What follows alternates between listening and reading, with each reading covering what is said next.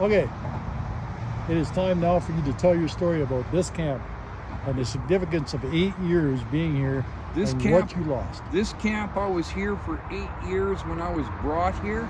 I was brought here by 2 police officers. One police officer's name was Mark Viston. The other police officer's name was Randy Ross. Both of them worked for internal investigations of the Edmonton City Police, right? They were investigating cops that were beating up on homeless camps and all that kind of stuff. It pretty well stopped after they started their investigation, right? But then city infrastructure took over the cause of destroying camps, right? So this camp here was all set up. There was a bigger 3-man dome tent here. There was 4 storage boxes that were full of food. There was a cooler over there that was full of food. There was bird feeders that were hanging in the trees for feeding them. Nobody went hungry. Everybody was fed. When I ate, everybody ate, right? And this is the way we lived out here. We were a village, right? And we still are, even though the place got destroyed. So then a friend of mine gave me this tent, and a guy gave me a sleeping bag and stuff like that. The rest, it happened. Now, when they destroyed it, that's what what ended up with. And what they even took the watering dish out of the watering pit for the creatures. So and this is their only source of fresh water, right? And so you got this water from the rain now? Yeah, I collected from the rain, and I carted in from the taps, right? So that they have some fresh, clean water. So they meaning? Now the animals don't like clean water. They like it with a little bit of dirt in it. Okay. Right? So you put a little bit of dirt in it and they're happy, right? But it's some fresh water that's no disease in it. They even took that, right? This is where I used to have my bird feeder there, right? And they took the bird feeders? They took the bird feeder. They took the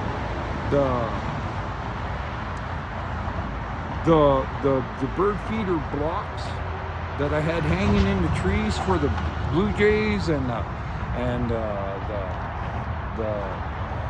woodpeckers and all sorts of stuff that would come and visit this place, right? And this is Squirrel's tent over here. And Squirrel is? And Squirrel lives in its penthouse suite over there in the tree and built a nest over there, but it liked the tent, and it was trying to raise 2 babies. 2 babies? 2 babies in the tent, right? And they just told me, the mother squirrel, she has a slight gash across her butt, right above her tail and stuff like that. And I'm just like, I don't understand the mentality of this. So they abused the squirrel? They abused the squirrel. The squirrel probably was defending the tent because the babies are in it, and they hurt the squirrel. Now, for some reason, they went peeling out of here. Some force other than what's known to people saw what they were doing, and they went peeling out of here. And I saw them. And they never came back. They're scared shitless. So is it possible it was somebody else that just came and cleaned you out? No. So why couldn't it be just like another homeless person or people that were? Because of the tire tracks and stuff like that, they use vehicles to cart it all out. And it's the same City of Edmonton MO for cleaning out homeless camps. Now, this is not a deserted camp. I live here. So why would they touch it? I don't hoard. I don't. So how much did you say you lost in food? Well, $800. Really? Yeah. So what was keeping the food? Was it canned food? Or? Yeah, it was all canned food. And food that you just add water to, dehydrated potatoes and Mr. Noodles and all that kind of stuff, right? So when did this happen? Do you remember the date? Pardon me? Do you remember the date that it happened? It happened about a week and a half ago. Since I saw you last time when I was looking for Yeah. you. Yeah. Okay. And I was over at the Tim Hortons there. I was only there for about 3 hours. So they were watching me. They waited for me to leave. They did this. And when I came back to So why did they leave all this stuff like it is? Because something scared them off. So maybe they thought somebody was showing up, or I'm not sure what happened. Right? It could have been that they were warned by the police, do not touch this camp, leave it alone. Right? too late to put stuff back, I guess, right? Right. And yeah, once they disturbed it, they can't put it back. They're done for it. And they haul it to a dumpster over on by 50th Street there, and they throw it in there in a locked yard. Is that right? Yeah. Okay, so this is obviously going to get people's attention. So what would you like to see done? What would I what? What would you like to see done? About it? Yeah. Nothing you can do about it, really. Right? Except for they're liable for what they did. Right? They should replace what they took. $800 worth of It's food. theft as far as I'm concerned. I mean, now food's expensive, but $800 worth of food, that's like... What is this? You need an address or you're homeless. Okay. I have how many police officers that know where I live? I don't know how many. Probably 35 to 40. I don't need an address. So what's this homeless stuff? And you've been here 8 years. 8 years. And the brought police here brought by you here. 2 police officers. That is amazing.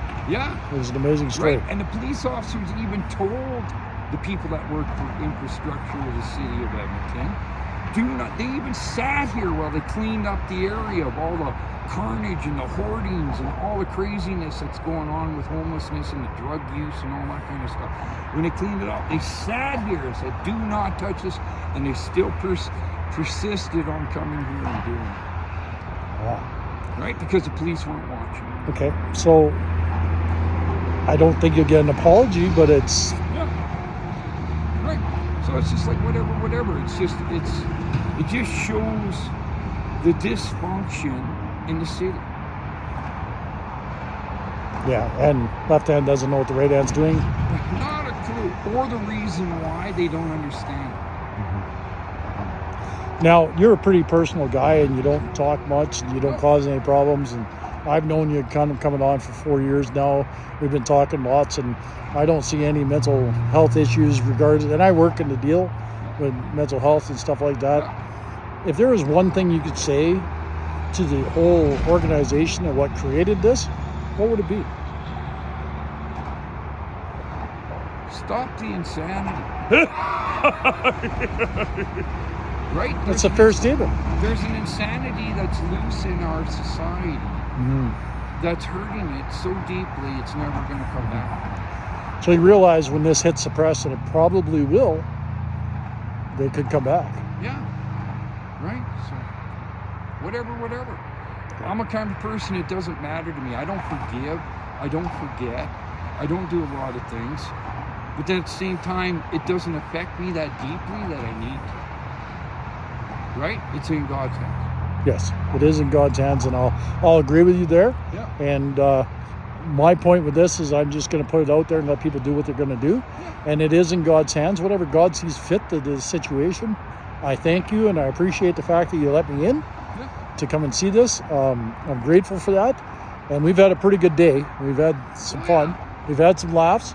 I was told I was homeless, and I had people trying to give me money. and I mean, I needed gas money, don't get me wrong, but it was really interesting that I got profiled as well. Yeah. I mean, stereotyped into you know, I gotta, you know, if probably, you know, I'll just flip it around here. It's still working here. I was gonna try and flip it around, it ain't working. I'll just do it this way, but